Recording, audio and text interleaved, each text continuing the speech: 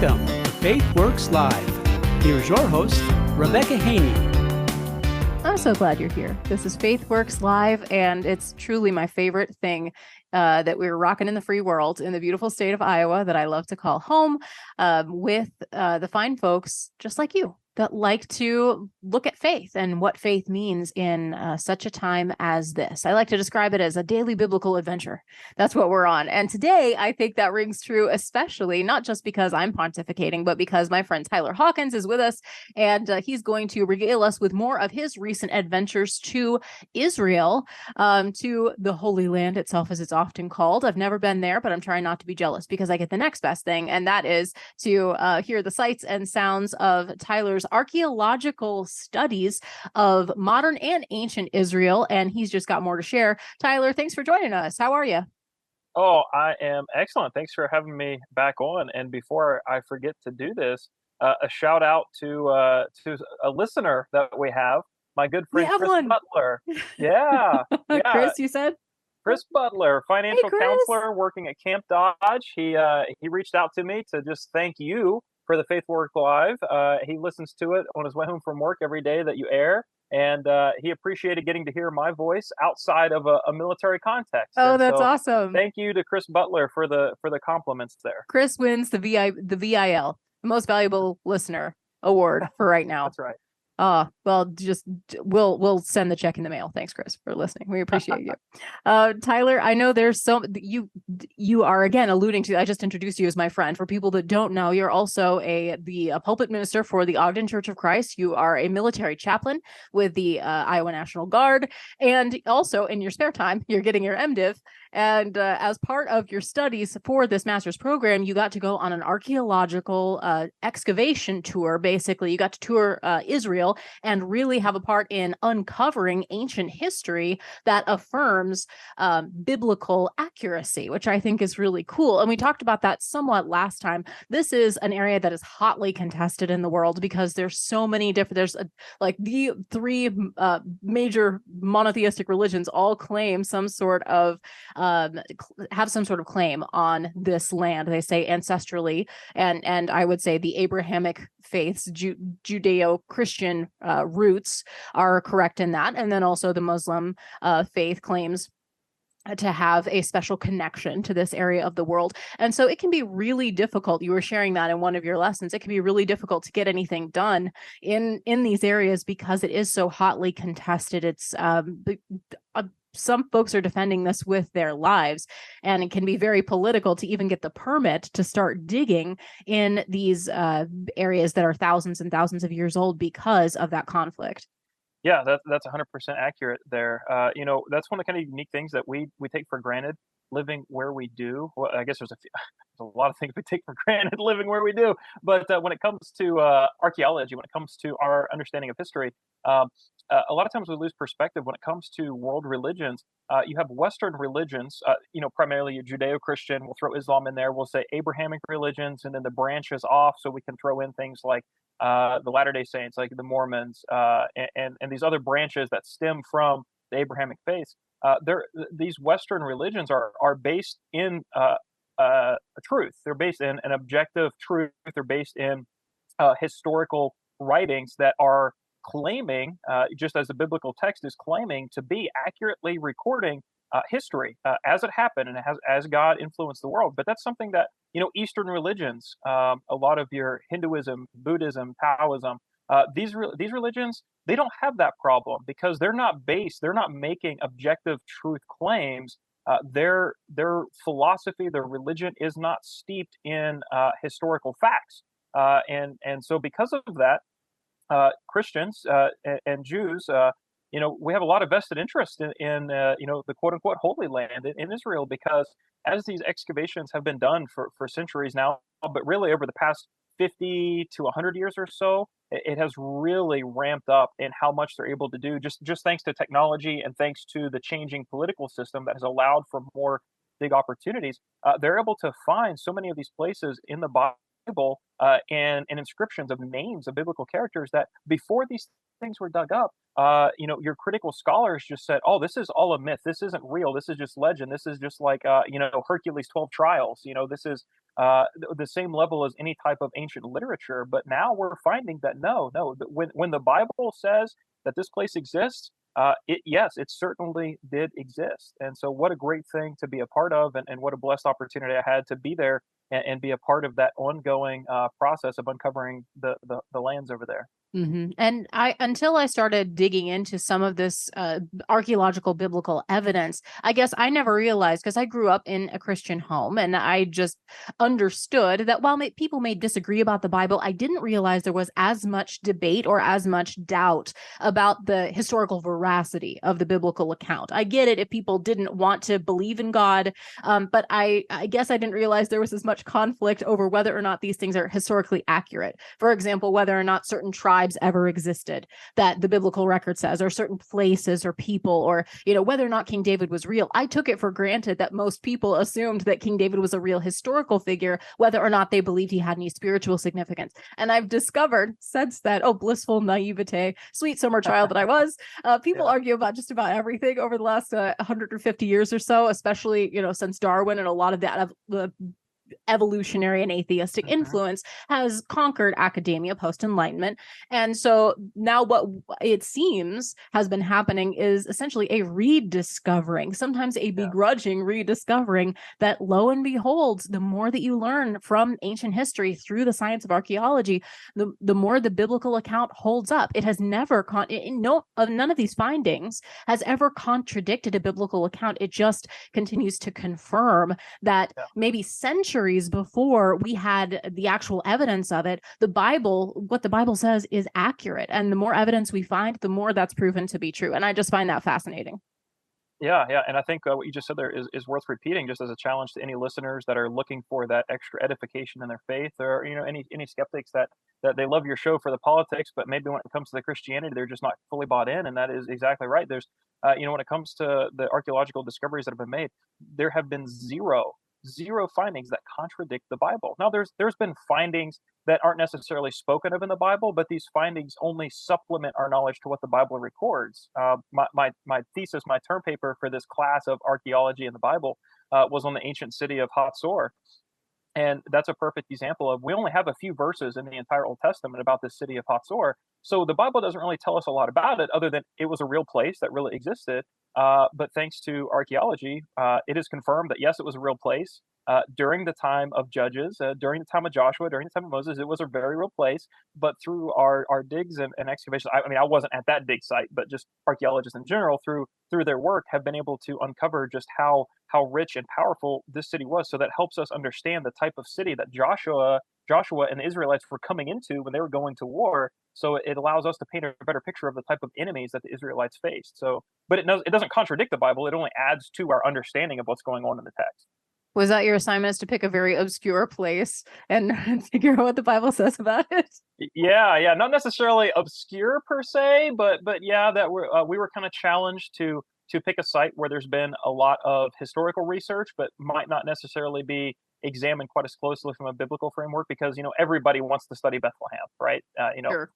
Place of Jesus' birth, and so we were kind of put to the task of identifying a place that maybe we don't necessarily know a lot about, and seeing what we can learn about it. And so that was one there where Hatzor.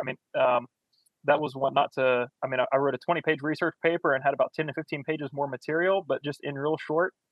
It was actually like the capital city of Israel before there was an Israel. And so there was when Egypt was an empire, and they had a colony system, much like we would think of like Great Britain having colonies, here in the United States. So Egypt was an empire, and that invaded and conquered the land that we know as Israel somewhere around the 1500s BC. And Hatzor was already a thriving, large capital city at that time. It was the king of Hatzor was known as the king of all kingdoms in that land. Had close associations with the former Babylonian Empire. And when Egypt came into town, they did some politicking, and instead of getting just squashed by the Egyptians because they have Babylonian connections, they said, "Hey, but we have money, so we'll just pay you taxes." And so it really spared their lives, and their city was allowed to survive through the Egyptian conquest, and remained a primary trade place. There was gold and silver, and just a lot of it was a robust city. So when we read of Joshua and the Israelites taking over and conquering Hatzor, Like there's only one or two verses given in the text about it, but this was like a huge battle. This would have been way bigger than Jericho. Huge. I mean, 10 times bigger than Jericho. But yet we all know the story of Jericho because God works that miracle of the walls came tumbling down, and there's a Bible, Mhm. Sunday school song about the walls coming down. But Hatzor, in just a purely military sense, that would have been a much more significant battle there. So that's Hatzor in a nutshell. That's fascinating. Well, Yeah, that sounds like a whole show in and of itself, but I won't make you yeah. go through the 35 pages. Thanks. We don't require that. That will be mailed. They'll be mailed Okay, and 3 cereal box tops, and people can get that on that's the down right. low. If you're Yeah, super dedicated, Tyler can talk to you afterward. that's right. But it's similar story in, at least in my mind, of a lot of these places and people that folks have doubted really existed. And it's almost as though, and this is my personal opinion, so you tell me what you think, but that because it's the Bible, we treat it with this level of, we meaning modern day academics, have treated it with this level of skepticism that no other ancient text receives, right? That because we're saying that we treat it with this level of dubiousness, Yeah. because it's simply because it's scripture now, and you have to almost work harder to legitimize that this is an academic resource, and it's so far 100% accurate and has never been Yeah. disproven. So that's a pretty good track record. But Yeah, again, exactly. I don't understand why we wouldn't just accept it if you're open-minded and you care about the study of facts, reality, history, and the systematic understanding of all that history has to teach us. Why wouldn't you accept it with an open mind and say, all right, well, let's just see. The Bible says these are the boundary lines of a people or a place, so why don't we just go there and see what there is? Yeah, that's exactly right. And in the field of archaeology, that's known, the contrast to polarization that you talk about there. It's called a minimalist view and a maximalist view. And so if you're a scholar that's doing this type of historical research and digging through the lands, if you hold a minimalist view, then you don't really give the Bible any credit as a historical document. Whereas if you hold a maximalist view, then you're using the Bible literally as your map. Like you're walking through the lands with your Bible open and you're saying, oh, the Bible says this city should be here. So X marks the spot. This is your treasure map, and a really good case in point we were just talking about, and I think we mentioned this on our show last time, was Mount Ebal, and that cursed tablet that was found. Well, that the location of Mount Ebal was found in the 1980s by a Jewish archaeologist, a secular Jew, not a practicing believer, but a secular Jew who had a low view, a minimalist view of Scripture. But it was one of his students that had a high view, a maximalist. It was a student of Adam Zertal that said, hey, Dr. Zertal, how about we go check this hilltop because this is what the Bible says. And sure enough, they go there and look, wouldn't you know, the Bible's right. How about that? So I love that. And this also happens in the New Testament as well. So if we move yeah, forward in time, one of the yeah, really cool things that you were able to, cool areas that you were able to investigate, to dig a little bit deeper into, is the pool of Bethesda. And this is yes. from a pretty impactful episode, a very poignant interaction that Jesus has at this place and at this time with a disabled man. Yeah, that's right. Yeah, the Pool of Bethesda, that's a story that I won't say often gets overlooked because I don't think it does, because it's a very powerful healing miracle that Jesus performs. As we go through the rest of the episode, maybe we can get into the text a little bit and look at Jesus's interaction with this gentleman. Sure, But we can what get is often, biblical. That's what we're yeah, all about here. We love to get biblical. yeah, we'll get a little bit biblical here. And so the healing of the man usually isn't overlooked, but the location of where it happens is often overlooked. It gets eclipsed by the discussion of Jesus healing on the Sabbath. And so a lot of times when we hear this text being preached or studied, or even when you're reading it on your own, a lot of times our focus will just naturally shift towards that. And the healing was on the Sabbath, and so we know what happens. The Jewish leaders, they begin persecuting Jesus for performing a miracle, and so that's usually where our attention goes.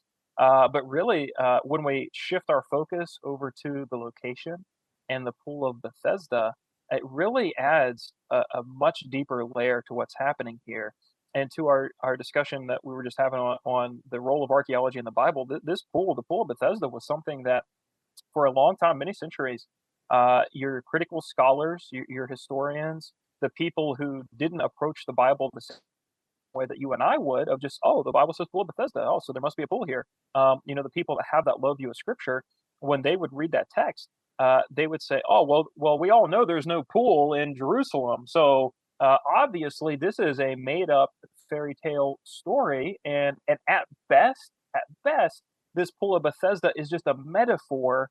It's a symbol for a place of healing, but it's not a real literal place.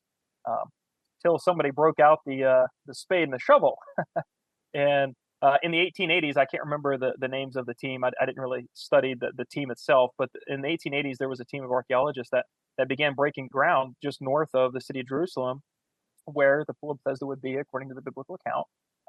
And sure enough, they found it. And so until the 1880s, when this excavation happened, your critical scholars and your biblical skeptics said, "Oh, there's no pool here."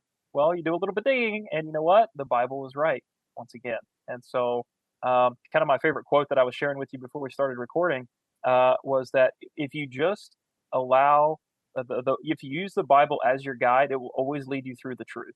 I mean, always. Whether you're doing archaeology, whether you're dealing with struggles in your life on how to raise a good family, how to avoid sin and temptation, how to walk right with God, if you just let the Bible be your guide, it will always take you through the truth. Mm-hmm. Amen. Amen to that. And I think this is a beautiful case study in that, because this place is a lot bigger than I realized. It's kind of interesting that folks thought it didn't exist. And then once they started digging down and uncovering, oh yeah, it does exist. And it's huge. Yeah.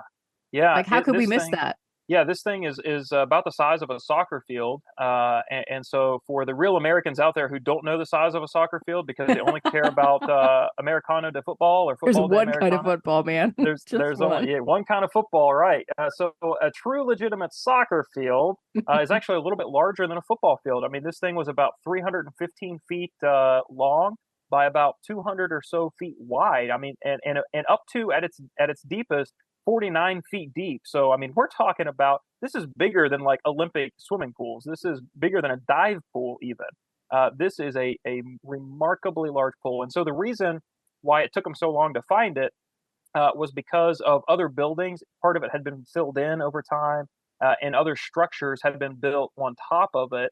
And so it was one of those things where, well, there's just a building standing here. No one really thought to look at the foundations of the building and found how deep they went. And it went into this water reservoir, this giant pool. Mm-hmm.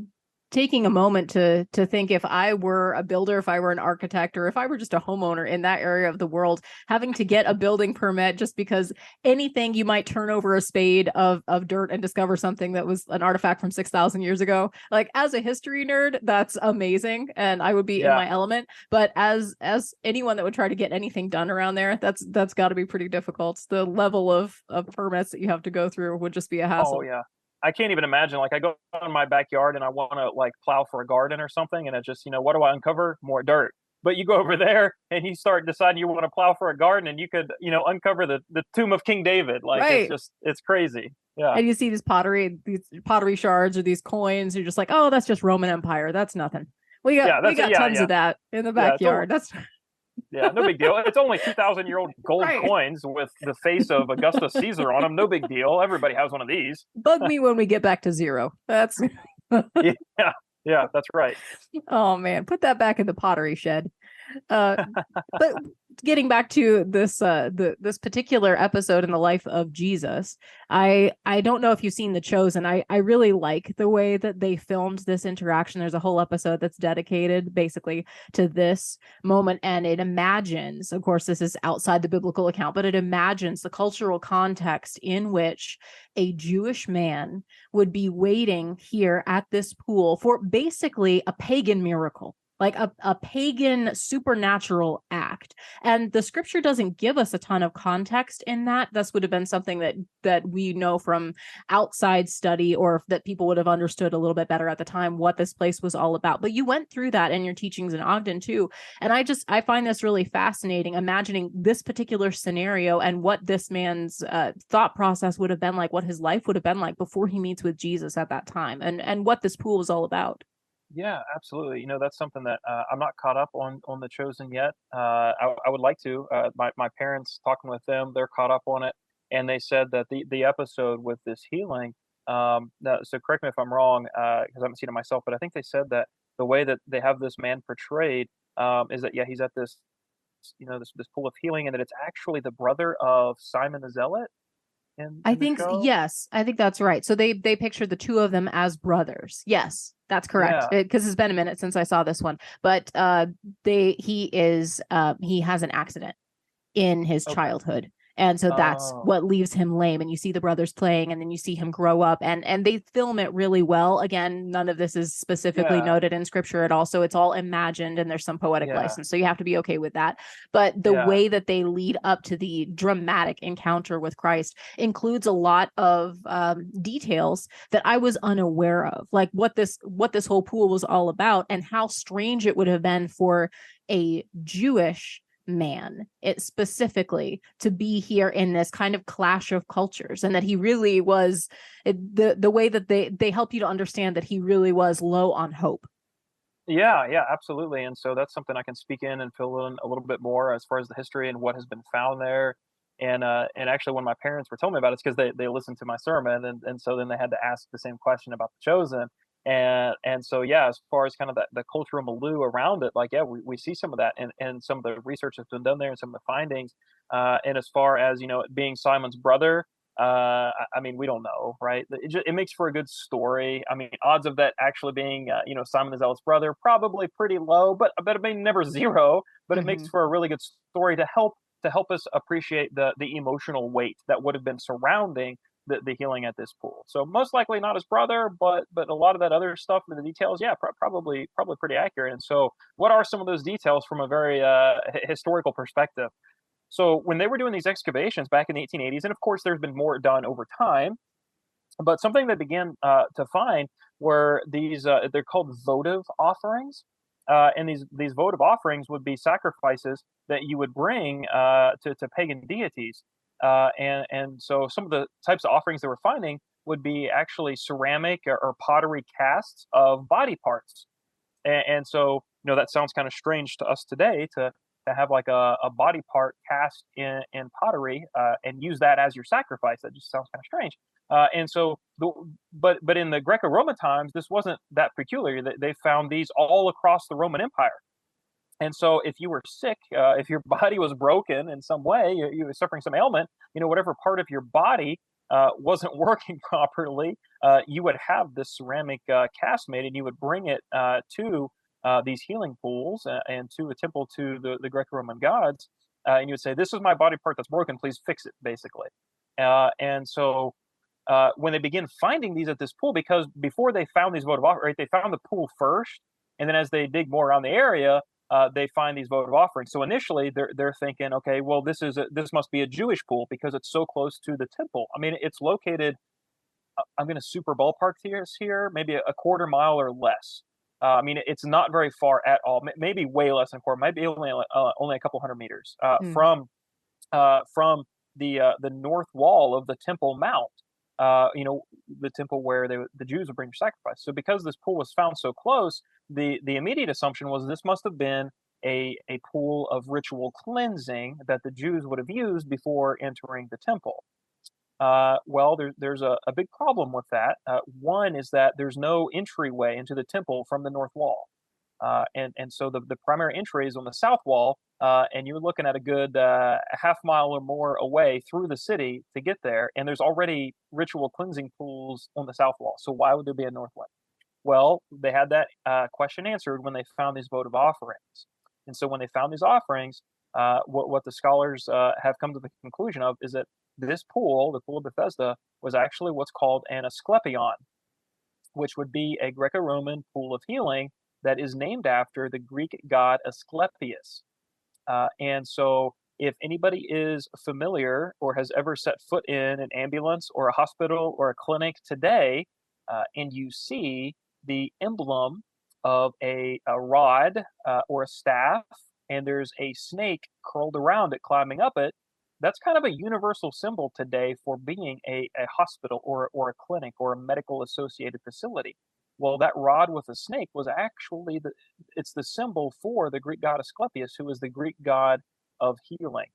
And so, with just that little bit of historical context to, hey, this is a Greco-Roman healing pool where non-Jewish worshipers would come and appeal to the Greek god Asclepius to heal them. Hmm. Well, boy, how much does that add to our understanding of what's going on in John chapter 5. And you mentioned that there's there's some debate about whether or not this verse should be in our scripture or not, but there is a little bit of context that was, I guess, added later into the account. Is it in Luke? It's detailed that there was supposed to be an angel, or that it was believed that an angel of some sort would come down and stir the waters, and that's when everybody would run in because they thought that was when the healing would occur. That had to do with the legend of this pool. Right. And so, yeah, no, it's still in John, but it's going to be, if you're using an ESV or an NIV, which honestly most people are, just by populace of the United States, most people use ESV or NIV, you won't see this verse. It's verse 4. And so if you pay close attention when you're reading, you'll read, verses 1, 2, 3, 5. It's like, wait a minute, what happened to verse 4?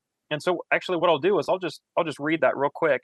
So I'll start in verse 2 and I'll read through 2 through 5 in the ESV.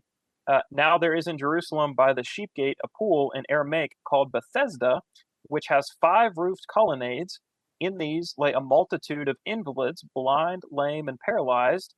And now there's no verse 4 in the ESV, so it goes straight to verse 5. One man was there who had been an invalid for 38 years. And so what does verse 4 say? If you're using the NASB or the King James or the New King James, then you'll probably see this verse 4 that reads, "For an angel of the Lord went down at certain seasons into the pool and stirred the water, and whoever stepped in first after the stirring of the water was healed of whatever disease he had." So that would be kind of that verse. And so the reason why we don't really, and the reason it's not in the ESV or the NIV, is because that verse is not in the oldest Greek manuscripts that we have. It was something that was added hundreds of years later. And so with a very high degree of certainty, that was not in John's original writing. And most likely, so the scholarly conclusion, this is not my conclusion, people way smarter than me and just reading their commentaries, the conclusion that's reached is that this verse was added later to try to explain why these people were laying by the pool. And most likely what is being shared was actually that Greco-Roman, that pagan tradition, not a Jewish Christian tradition, but actually a Greco-Roman tradition, that instead of an angel stirring the waters, as verse 4 would indicate, it was most likely like Asclepius priest or some form of a pagan divine symbol, if not a priest, perhaps like a Greco-Roman, like I'll say maybe a fairy. I don't know the proper term for what they would call them, but basically it's explaining why the people were waiting there. They were waiting for this divine interaction with the waters. So, yeah, and this guy gets a divine interaction, but it's not the one that he expected. That's right. He gets something way better than an angel. He gets the very Son of God himself. Yeah, and I don't know that he was ready for it. Honestly, like you were pointing out, and the details we do have in scripture is, if we're looking at John 6, that this gentleman had been an invalid for 38 years. So we don't know exactly how old he was at the time, but for 38 years, he had been unable to work, unable to walk, unable to move in a normal fashion. I'm sure there was a great deal, probably a long degree of pain, certainly emotional, and psychological pain, all the feelings that you would go through not being able to participate in, especially in a society of that time, because they didn't have office jobs. Really, like if you weren't able to walk and work well with your physical body, that really limited what it was that you were able to participate in as far as society would go. And I mean, not speaking from experience there. So there's a lot of folks that can understand what it's like to live in the path of and be in that path of disability far better than I can. But I can only imagine what that would be like, and the hopelessness that would start to ensue, especially as you try over and over again, even a simple goal of being right there by the water. And that's one of the reasons that I like The Chosen, the way that they visualize that, these crowds rushing into the water, because the legend is that you got to be there. You got to get in the water and you got to be there first. And so it's a race. And every time, and this guy can't walk. And so over and over and over again, it's the disappointment, maybe a little bit of hope, and the disappointment of not being able to do this, and watching everybody else rush and pass you by, and you have nobody. You have no one to help. And that's also in that part is in the scriptural account. He says, I have no one to help me. Yeah. And then he meets Jesus. Yeah. Well, I mean, you can really just hear that when you read the text for yourself, and that's pay attention to his answer. Jesus asks him, "Do you want to be healed?" Or Or, traditionally I favor the ESV, but this one verse, I think the King James, just the poetic emphasis that's on it is, wilt thou be healed? That the phrasing just resonates with me. Wilt thou be healed? Well, of course, this man seems willing and wanting to be healed, but then his answer is, sir, I have no one to put me into the pool when the water is stirred up. And so he is just defeated. He is out of hope. And he's at his wit's end. And I think that's something I kind of alluded to during the sermon, was, why did Jesus single out this man? Well, I think there might be a few reasons why, but I think that at the very pinnacle, chief reason why Jesus most likely singled out this individual was because Jesus saw that this was a man who had no one else. And so Jesus, being the loving Savior that he is, he said, I'm going to be that man someone. This man has someone to help him now.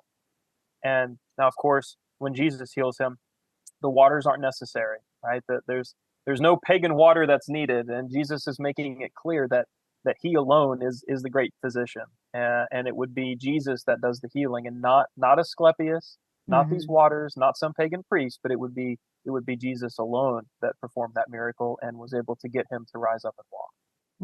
And that's so powerful. Again, like you're talking about, there's so much that we can draw on, like every single little word. It doesn't take it's what, like 7 or 8 verses of this interaction. It's not much, but it can resonate with us in so many ways. Every word packs a punch. And I can relate to this man's story in a lot of ways. And I can also, sort of shake my head at the fact that the religious leaders of the time chose to focus on the one, instead of looking at the miracle and looking at the power of God and looking at the person of Jesus and saying, wow, he's the guy we've been waiting for. They instead decide to quibble about the fact that he decided to heal this guy on the Sabbath. They turn this into an interrogation about the method and not about the power of God. That's like, they entirely missed the point. Yeah, that's right. They're not looking for truth. And that's really what it comes down to. That's something that, when Jesus is emphasizing that he is the way, the truth, and the light, and the way that Jesus is, his harshest criticisms are always against the religious leaders. And it's because they were living with the utmost hypocrisy. And today, we use that term hypocrisy. I won't say too loosely, because I think we oftentimes do use it genuinely accurately. But we oftentimes think of hypocrisy as merely being, well, that preacher says that, I don't want to get in trouble here, but we'll just say alcohol, right? Well, that preacher says alcohol is a sin, but I saw him at the bar last Friday. And that would be a form of hypocrisy. But when Jesus is talking about, woe to the Pharisees, you hypocrites, you brood of vipers, the hypocrisy, a big part of that he's talking about is they stopped caring about the truth. They cared more about their image of being important and less about rightly identifying the truth of God's word. Because if they had cared about truth, if truth was number one in their life, then they would have recognized Jesus's true identity as the Son of God and Savior that the prophets foretold. And so their hypocrisy was claiming to be religious, and yet denying the truth that their own religion was preaching. Yeah. And there's a powerful message that this particular man, I don't like to call him the lame man because Jesus healed him, but I don't know. I don't know his name. So the Bethesda guy, he has a message back to them. And I think now would be a great time to take a break. We'll tease. We'll find out what that message is that he speaks to them, to the religious teachers of his day, and also I think powerfully to followers of Jesus here and now. It resonated with me when you shared this. So I'm going to have you share it with everybody. Sound good? Yeah, let's do it. All right. We're late for a break. Sorry about that, Ron, but better late than never. So we're going to take it right now. You're listening to Faith Works Live. We'll be right back.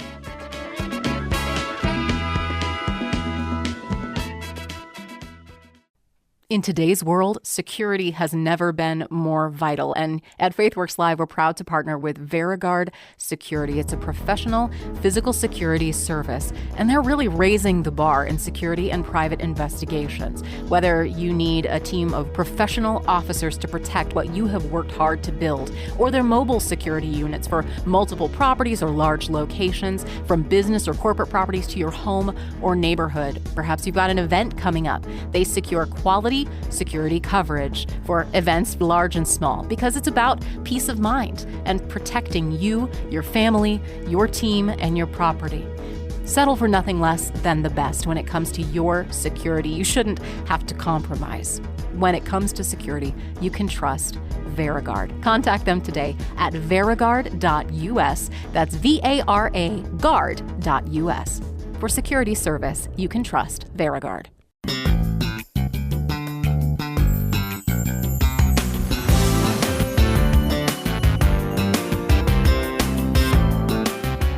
Welcome back to FaithWorks Live. I am just so tickled that you're here because we're getting biblical with Tyler Hawkins, who is my friend. He's the pulpit minister at the Ogden Church of Christ in scenic Ogden, downtown. You can't miss it.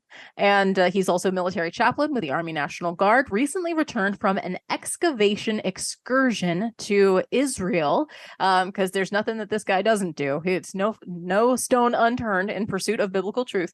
And we're particularly talking about the community of Bethesda, the history of Bethesda in ancient Israel, and the interaction that we see in John 5, where Jesus heals a lame man at this pool. And we were talking about the contrast between the religious leaders of the time and their refusal to acknowledge the truth of Jesus when it was standing right in front of him.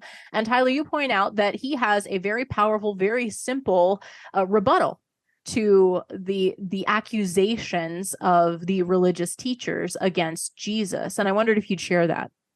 Yeah, absolutely. And so for those who like to try to keep up with everything that Rebecca and I do, then you're probably already following the Ogden Church of Christ page on Facebook where you can watch the full sermon. But what I did in the sermon was I broke down 4 important points to take from this. And one of, I'm glad it resonated with you, because honestly, it was one of the points in this passage that really resonated with me too, was exactly that. It's what's the man's response after being healed. So, I'm just going to read just a couple verses, picking up in John 5, verse 8, so that we can hear his words and see this interaction. And so Jesus says to the lame man, Jesus says, "Get up, take up your bed and walk." And at once, I love the immediacy there, at once the man was healed, and he took up his bed and walked. Now that day was the Sabbath. So the Jews, and the word here that's used for Jews, the ESV has this little note, and it's a good note. It's a special form of the word Jew that is indicative only of leadership. So even though the word Pharisee isn't used here, it would be the Jewish leaders that's being discussed here. So the Jews, here in verse 10, they said to this man who had been healed, "It is the Sabbath, and it is not lawful for you to take up your bed." But he answered them, "The man who healed me, that man said to me, 'Take up your bed and walk.'" And wow, what a powerful response that just really struck a chord with me. And the lesson that I really took from that is we need to obey the one who heals us today. Period. We need to obey that man. The man who has given us salvation, the man who has given us the promise of eternal life. And I think how easy it is for us to seek to obey our peers and our cultural standards and our societal norms. And I just wish that we as Christians could train ourselves to have the type of response to this man whenever a man-made, quote unquote, doing air quotes for those listening in the radio. I saw him. Yeah, thank you. Yeah, they were right there. Yeah, there they were. Whenever man-made traditions tell us to do one thing, but then the Word of God tells us something else, because that's exactly what this man is facing here.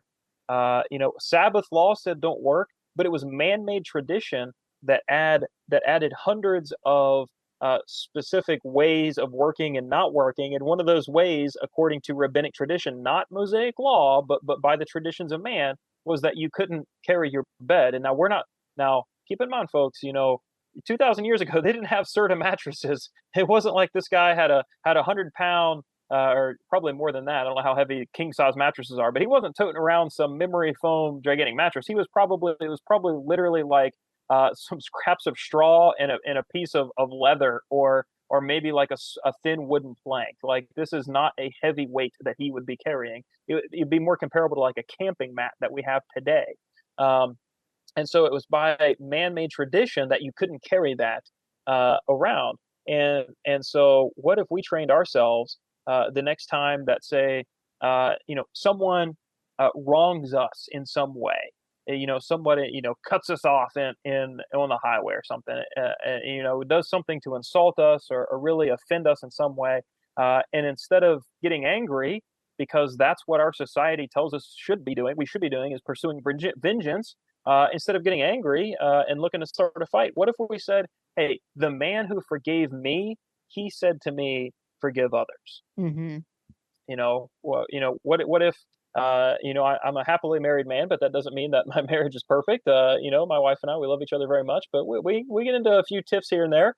And so what if the next time that you and your spouse, mince some words in some way, and instead of retaliating, because you gotta be the one that has the last word. I know how that goes. You always got to be the last one to say something. Mm-hmm. Instead of retaliating, what if you said something? Hey, the man who loves me, he said to me that I need to love you. And it's just, boy, what if we had that train of thinking with every aspect of our life? The man at the pool of Bethesda, hey, the man who healed me, he is the one who told me to get up and walk. Mm-hmm. And it really Boy, can be that simple. Yeah, that's it. I mean, that's it right there. This is the word of Christ. This is what he has commanded for us to do and how we are to live. So why should it matter the direction that our society goes and the direction that our peers go? I mean, I'm not too old that I've forgotten my teenage years and my college years the first time around. I've been in college for like 15 years now. That hey, peer pressure is a very powerful thing. Like I did some really stupid stuff in my younger years just because of my peer group. And what if I had the type of heart and the response of this man, where I could have just stood up and said, you know what? The man who saved my soul, he says I should do this instead. Like, Mm-hmm. boy, that would have saved me a lot of mistakes and a lot of apologies as well. So Yeah. And not to miss the bigger picture either. Like, again, these religious leaders are so caught up on the little jot and tittle, so to speak, of man's additions, honestly, to the law. Because it's not like God didn't create the law to be laborious, but people made it that way. Because they're like, hey, if 10 rules are good, how about 110? Like that'll really make us holy, and see how well that works out. But I don't want to miss the point in that way. I want to focus on the person of Jesus Christ when truth is literally standing right in front of you and you're having this encounter. Like, did you not see? Did you not see the lame man? Like, he can walk now. Yeah. Let's not miss the headline. Let's not bury that fact. He can walk now. Let's figure out what act of God has just occurred. I think so many times we just miss the point. And in particular, you mentioned the desire to be right, the desire to get that last word in, and it seems like no matter what, especially on the internet, because it's hard to bring tone and everything into it. We can argue and debate about lots of very strange and ultimately, I think, incidental things. And so I think that's one of the most powerful thoughts. And I have nothing more profound than that. So this is probably where we ought to end the interview, to say this: the man who healed me says I should do this. So that's what I'm going to do. Case in point. And I'm not going to be swayed from that. Now, Jesus does tell the man to go and sin no more, which I find kind of that's an interesting addendum to that this isn't just, one interaction with Jesus and you're good. There's that transformative implication that says that everything is different now because of who he is, and now because of who I am living in light of Christ. But you pointed out, just in some final thoughts here, I remember you pointed out that life was going to be different for this gentleman now. He was going to have to get a job, for one thing. He was probably going to be expected to, which I'm sure he, after 38 years of hoping and dreaming, this is a lot of that is going to be great. But it's going to be hard. Life is going to be a different kind of hard now because of this new path that he's on, and he's following God's direction, but that doesn't always mean it's going to be easy. Yeah, that's absolutely right. And that's part of the reason why I do actually, for this one verse, like the King James version of "Wilt thou be healed," because the emphasis on the King James translation is on that the direction of the desire. It's not a wanting to be healed in a reactive looking back way, but it's a will you be healed in a forward looking proactive way. And by implication, and just honestly by common sense, like healing comes with responsibility. There's going to be more to life now. That, hey, just because this man's healed doesn't mean he gets to continue living a vacation life on the side of the pool. Like he's gonna have to get a job. He's gonna have to get to work. He's gonna have to provide for a family or whatever the case may be. But healing comes with certain responsibilities. I remember I just thought of this literally just right now when I was volunteering at a youth camp a number of years ago. Probably, oh wow, how old am I now? So probably almost 10 years ago. I was at a youth camp, so it was primarily teenagers at a summer youth camp, and it was a quote unquote sports week. And so what that meant was we actually did have some coaches of different sports there, and so we had 2 sports sessions each day. But in between those, we had a ton of Bible study, lots of scripture reading. We had a Bible bowl, all this stuff. So it's very Christian themed, but it was a way to help give Christian athletes some time to practice together. And I remember I was the assistant cross country coach. I used to enjoy running back in the day. I'm a little too heavy to enjoy it as much as I used to now. But the girl that if you're too heavy, there's no hope for the rest of us, man. Well, the Army says I'm overweight, so that'll give you an idea of the Army standards. But it's tough. It's tough out there. Yeah. I'm sorry. Go ahead. Oh no, it's all right. The girl that was part of my she was one of my my students players, if you will, for the cross country there at the youth camp. But I was running with her and trying to give her motivation to finish like the last the mile of our run. And she is just like really, really hard on herself about needing to get faster and needing to be better. And I'll be honest, I don't know if I can emulate the tenacity of her voice that she had when she was like, I just got to keep moving. I got to be faster. I got to be better. And it was almost troubling to me how hard on herself she was. And I said, so I really love that you're wanting to get better and you want to get stronger. But I think there's more to it than this. So what is your focus? Why do you want to be better? And she said, because there are too many people out there who aren't able to run and that aren't able to carry themselves, and I need to be strong enough to help carry them. And I was like, okay, well, I can't argue that. And you know what? Now she's an officer in the Army. She's in way better shape than I am. And I'll never forget that. And it's that type of thing that the blessings that God gives us in our life, whether it's financial blessings, whether it's physical health blessings, any type of blessing that we have in our life comes with a responsibility to use it for the Lord, and to use it to serve others. And so with this man being healed, he's going to have to dedicate his healed body now in obedience to God, which would mean loving and serving others in a way that he wasn't able to do before. Not that, the implication of the text is that he was living in sin, and now that we have the historical understanding, his sin was idolatry. He was going to a pagan pool of water for healing. His sin was he was turning away from God to a false god, and so that was his sin. So him being lame wasn't the sin, but now that he is healed, he can continue in sin if he chooses to use that healed body to continue chasing after false idols. Yeah, and it's the sin that was maybe obvious just right in front of him, but now he understands and he can't go back. Yeah. And I love the active understanding that whole scene ends on when Jesus says, I am working. My Father is working and I am working. And it's a very present understanding. And maybe the Jewish leaders saw that as threatening, right? Because he's saying he's going to shake everything up. And that's what they were so afraid of, is that he was knocking them outside of these little categorized boxes that they had put everybody in, and all the burdens that they were placing on people to try and make them, earn their holiness and all of those types of things. And Jesus says, oh no, I'm here and everything's going to be different now. And again, that's such a powerful, for anyone that's had an encounter with Jesus Christ, although it may not have been in exactly that way. For those of us living 2,000 years later, it's a little bit different now, but we can understand that our life is not going to be the same, and that we have to answer that same question. Do you want to be healed? Will you be healed? Do you want to accept that? Are you willing to, and as another passage puts it, take up your cross and follow me? Are you willing to leave behind the old life, the old man, to put that to death in order to become a new creation and follow in the footsteps of Jesus? And while it seems like, if you understand how it's so hard to think about why anyone would say no. But at the same time, those of us who understand, who have counted the cost, say, yeah, I mean, there is a cost to that. But his yoke is the greater cost is to say no.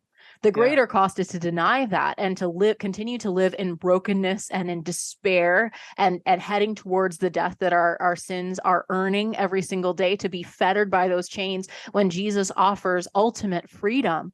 But it's also to say his yoke is easy and his burden is light. Come to me if you are weary, if you're broken down, if you can't take it anymore, you're overwhelmed and you're just tired. You're tired of the burden of your own sin. You're tired of the burden of the hopelessness of that path. Come to Jesus. If you are weary, you are heavy laden. Again, love that King James version there, because that's what it feels like. You're burdened down. Come to Jesus, for it says, for I am lowly, I am meek, and I am lowly of heart. I am gentle. You will find rest for your souls. Because why? Because he's shouldering the burden. If we're yoked with Christ, he's leading us and he's bearing the weight. He's paid the price for our sins. So we get to come alongside and follow after him, and he will never leave us. He will never be alone. I don't know. I think that's a pretty good deal. Yeah, absolutely. And we see how that burden was lifted from this man at the pool. And so I hadn't thought about something you could just point out a moment ago when he talked about how active this passage is, and at the close of this, the technical term is pericope, the passage. Word of the day. Word of the day, pericope. I know what that is. A time or two, yeah. So the way that this scene in the narrative closes is with Jesus saying that, hey, my Father is working, and so I am working. And there's a present continual aspect of this working, which I think is a powerful reminder to just one more point that I had in my sermon, and I hadn't connected the dots. So thank you for doing that for me. And that's, we need to be able to trust in God's timing. This poor man, he had been lame. He'd been an invalid for 38 long years. I mean, when we think about hardships in our life, we're counting them by the minute at times, and by the second at times. You stub your pinky toe, you're counting every second that toe hurts. Mm-hmm. We think you and I, we both have friends and family and brothers and sisters that we know that are struggling with something in their life right now. I know that we've got listeners that are struggling with something in their life right now. And a testament to this man is that he had been waiting 38 years. And it's kind of remarkable. It almost sounds like a joke. But, when Jesus' response to seeing this man was, get up, take up your bed and walk. And it's like, well, thanks, Jesus. I never tried that before. I think I did for Sunday, I did the math out for us. If this man had tried to stand up only once every day for 38 years, Mm-hmm. he tried standing up almost 14,000 times. And yet Jesus says, just try one more time. Just try to stand up one more time. And he did. And he did. He tried and he stood up. Why? Because he was trusting in God's timing here. He was Mm-hmm. trusting in the words of Jesus, that burden of the malady that was preventing him from getting up, Jesus lifted that burden off of him, and now he's able to stand up. And so for those of us that are going through difficult times right now, I don't care if it's been 10 minutes or 10 years, whatever you're suffering, trust in God's timing. Don't give up. Just keep doing the right thing. Kind of like finding Nemo, Dory, just keep swimming. Right. Just keep doing the right thing and trust in God's timing, because it will be worth it. Mm-hmm.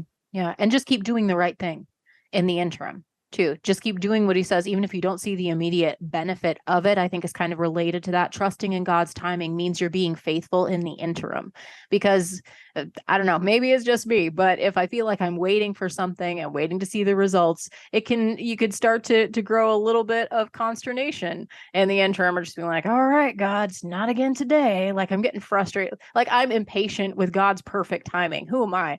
And that's not a good look. But Yeah. God's timing is perfect. And if we know that to be true, and he still says, okay, be grateful in all things.